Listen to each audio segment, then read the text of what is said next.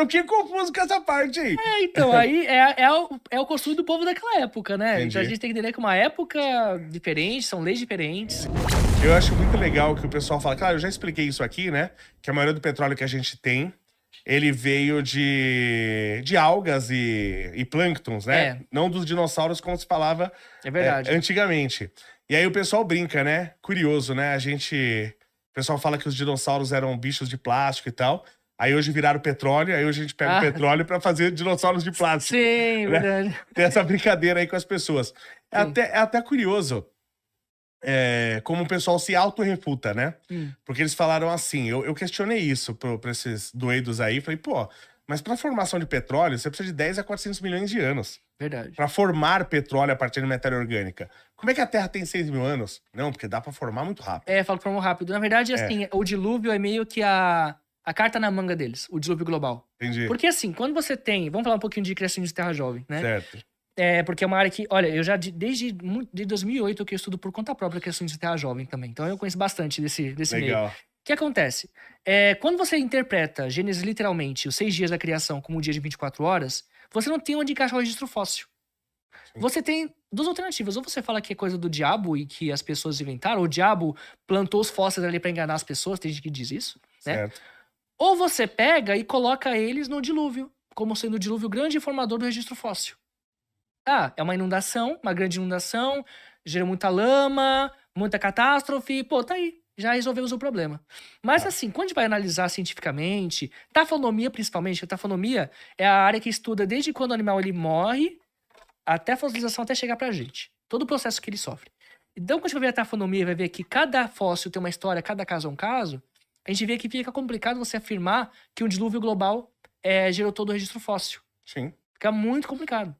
Entendeu? E as enormes diferenças de profundidade que você encontra eles? Se todos foram formados pelo mesmo evento, todos deveriam estar na mesma profundidade. Eles vão falar que tem a diferença de densidade, né? Só que quando você fala que os animais foram depositados por densidade... A mesma história da Terra plana, é a mesma desculpa. Aí vão falar o quê? Vão falar que aí corre no erro de dizer que um trilobita, que é aqueles mais antigos pequenininho, era mais denso que uma baleia azul que tá na Terra. Não faz nem sentido. Então, acaba sendo complicado. Aí eles falam assim, porque a deposição por conta dos animais estavam fugindo do dilúvio, então eles começaram a... Aí eu fiquei imaginando como seria... Porque, assim, as plantas com flores, elas aparecem no meio da era dos dinossauros, né? Então eu fiquei imaginando uma rosa tentando subir, assim, pra superfície, andando assim. Então, são várias coisas que a gente começa a analisar e ver que a coisa não é bem assim. Detalhe que não estou atacando uma religião aqui. Sim, claro. É que, assim, não tem como você ter um mínimo de raciocínio científico e acreditar que a Terra tem 6 mil anos. Falei, os argumentos da Terra plana são muito melhores. A Terra não é plana, só pra deixar claro, ela é redonda. Mas os argumentos do terraplanista são muito melhores. Exatamente. Mas o ponto é que, assim, só pra deixar claro, porque às vezes a pessoa fala, tá atacando religião e tal, mas não, eu, assim como muitos evangélicos, assim, famosos, como N.T. Wright, Tom Stott, o Craig, que eu citei também, até a C.S. Lewis, que é mais antigo, Tim Keller, gente, assim, bacana, que estuda mesmo, né? Eles também compartilham essa mesma ideia de que os fósseis, registro fóssil, não foi ocasionado por um dilúvio global. O que se diz sobre o dilúvio bíblico é que seria, na verdade, algo mais localizado, catastrófico sim, né? Existe até uma hipótese que talvez teria sido a inundação do Mar Cáspio que aconteceu no final do Pleistoceno. Existe uma hipótese, né? Sim. Eu conto essa da formação, já contei outro podcast da formação do Mar Mediterrâneo, que se abriu ali nos pilares de Hércules. Então toda a região do Mar Mediterrâneo era seco. Exatamente. Aí, pelo mitologia greco-romana, foi Hércules que separou a África da Europa, e aí ele abriu a entrada do mar, e o mar criou toda essa inundação de milhares de quilômetros quadrados. Exatamente. O mito de Deucalião também, né? Que ele teria... Que é bem parecido com a do Hércules. de Noé também. Então, eu acredito que seja aquilo ali. O ponto é que assim como os teólogos, entendem que Gênesis, ele não tá preocupado em falar de ciência. Né? A gente tem que ler a Bíblia não com a nossa mente século XXI. A gente tem que ser despido dos nossos preconceitos, nossas preconcepções, e entender como é que o povo lá do Antigo Oriente Próximo pensava. Sim. Eles não tinham uma mente jornalística como a nossa.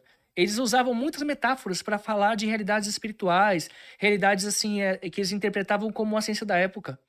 E Deus, eu creio que ele fala na língua dos homens. Então ele fala de uma maneira muito fácil para entender a mensagem. Se Deus chegasse e falasse, no princípio eu criei as moléculas de hidrogênio, não sei o que, não sei o que lá, a pessoa não entender nada. Ele fala, não, olha, confia, eu fiz dessa forma, fiz aqui, fiz do pó da terra, ok? É assim que eu fiz, confia. De uma maneira simplificada. Gênesis tem uma linguagem poética. Ele tem uma estrutura de... Não é que ele é uma poesia. Ele tem estrutura de poesia, como, por exemplo, o paralelismo. Né? Isso é uma coisa que não é o que eu tô falando, não. Vários teólogos falam isso, tá? Na academia, entre teólogos, isso é discutido, isso é conversado, tá bom? Sim. O Luiz Saião fala exatamente o que eu tô falando, né? Tem a ideia de que o Deus da criação, por exemplo, ele seria um arranjo literário para ensinar o povo de que ele teria trabalhar 6 dias e descansar no 7º dia, conforme está no Êxodo, ou então, dentro do judaísmo, por exemplo, os dias da criação, eles são colocados lá de fora do calendário, porque dentro do judaísmo, pouca gente sabe disso, aliás, o calendário começa a contar a partir da criação da alma em Adão. Os 6 dias da criação são colocados lá de fora do calendário judaico. Por quê? Para o judeu, é um mistério. Esses dias são um mistério. Então, pode ser, por exemplo, no tempo de Deus. Né? Então, existem outras ideias. O termo Yom, em hebraico, pode significar também, além de um dia de 24 horas, pode significar um período de tempo indefinido. Tem várias ideias diferentes. Então, só deixando bem claro isso, que quando eu falo que o registro fóssil, que a gente conhece hoje, não se derivou do dilúvio global, eu não estou dizendo que a Bíblia é mentirosa. Né? Então, deixa bem claro isso, tá bom? Mas de acordo com a Bíblia, o certo é trabalhar a jornada 6x1? Aí você tem que ter conta. Eita, porque ele pensa no sabate, né? Apesar que eu sempre trabalhei há décadas que eu trabalho 7x0, tá? Eu brigo, então eu não me incomodo com isso. Sim. Mas eu acho que o certo é a pessoa trabalhar 5x2. Eu acho que é o certo. Sim, né? Eu concordo. E aliás, até com a tecnologia que tá evoluindo e tal, a gente já tem... É que as coisas são muito mal distribuídas, o governo, ele rouba muito o dinheiro das pessoas, o recurso das pessoas, via imposto e geração de inflação e tal, mas com a tal tecnologia, a gente já poderia trabalhar com escala 4x3, tranquilamente, e todo mundo viver bem. Sim. Né? Mas de acordo com a Bíblia, é 6x1 que a gente tem que trabalhar? Então, os adventistas 7º dia, eles não trabalham de sábado, você sabe. Mas os outros, eles obrigatoriamente têm que trabalhar. Não, agora eu fiquei confuso com essa parte aí. Então, aí é o costume do povo daquela época, né? Entendi. Então a gente tem que entender que é uma época diferente, são leis diferentes, Sim. né? Muita coisa se cumpre no o Novo Testamento, ele não é uma copia e cola do Antigo, né?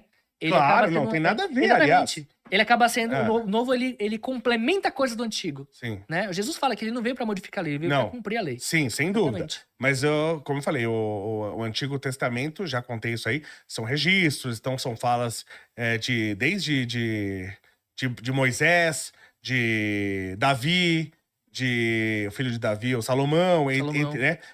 Provérbios que se tinha na época, é tudo uma inteligência que se tinha na época, e leis, era um códex, Sim. né? Era um códex situacional, um livro de conduta. Sim. Aí quando vem o Novo Testamento, aí eu falo, se ali você pode falar que é a palavra de Deus, porque Sim. foi o que Jesus falou e os apóstolos registraram. Então não necessariamente... Aí tem religioso que discorda de mim, claro, tô com direito. A minha posição é assim, eu acredito que toda a Bíblia é a palavra de Deus, só que uma coisa é você dizer que a palavra de Deus, ela é precisa.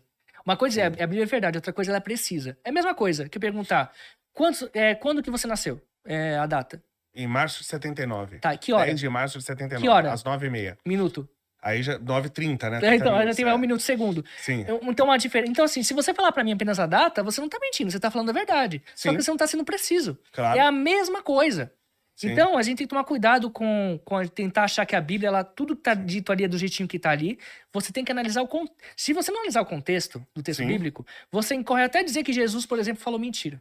Porque, por exemplo, quando Jesus fala assim que a semente do grão de mostarda, a sua fé tem que ser como uma semente do grão de mostarda, que é a menor de todas, e ela se torna a maior de todas as árvores, um biólogo pode contestar e falar, não, mas a semente do grão de mostarda não é a menor semente que existe. Existem sementes menores. Certo. Só que a questão é que Jesus estava ensinando botânica ou estava ensinando sobre a fé?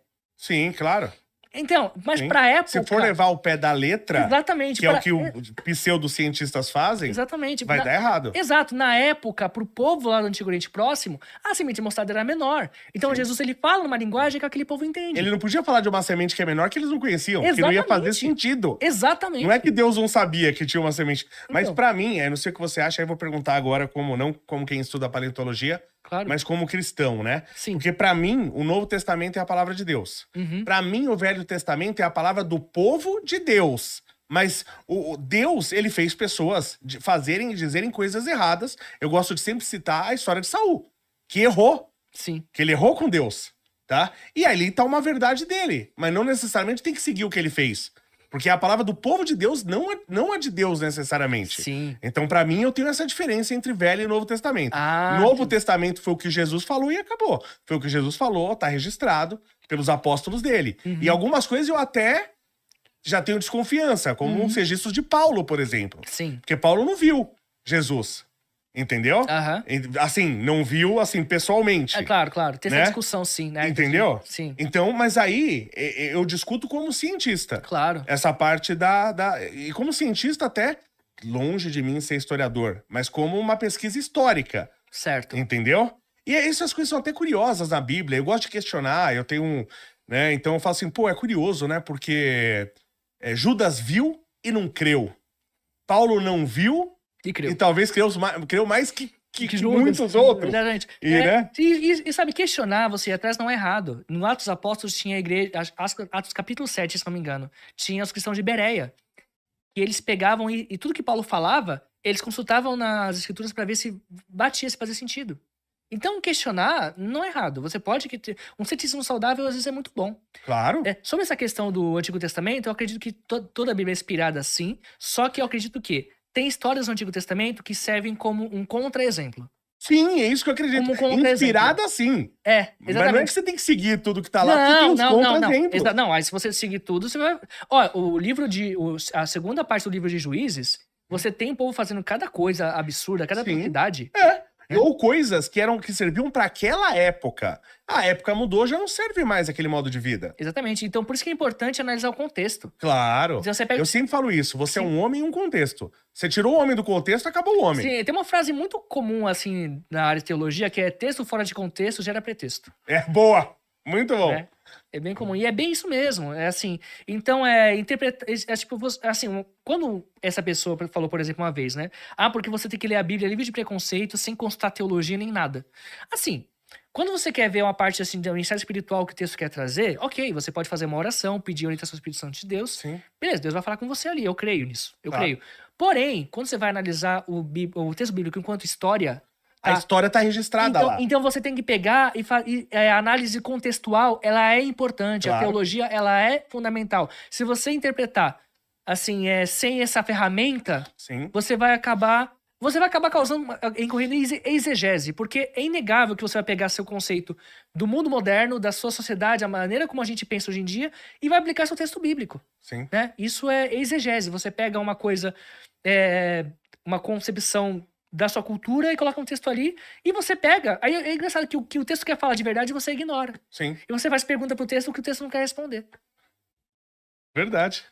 Conheça a Quant Fury, a corretora global que eu faço os meus investimentos. Dentro dela você consegue comprar Bitcoin, ações americanas, ETFs, criptomoedas e tem mais de 2.000 ativos para você estar investindo. Lembrando, ela é taxa zero. Tem o cupom aqui do canal Tubarão e tem um presente para você. Eu deixei o link na descrição.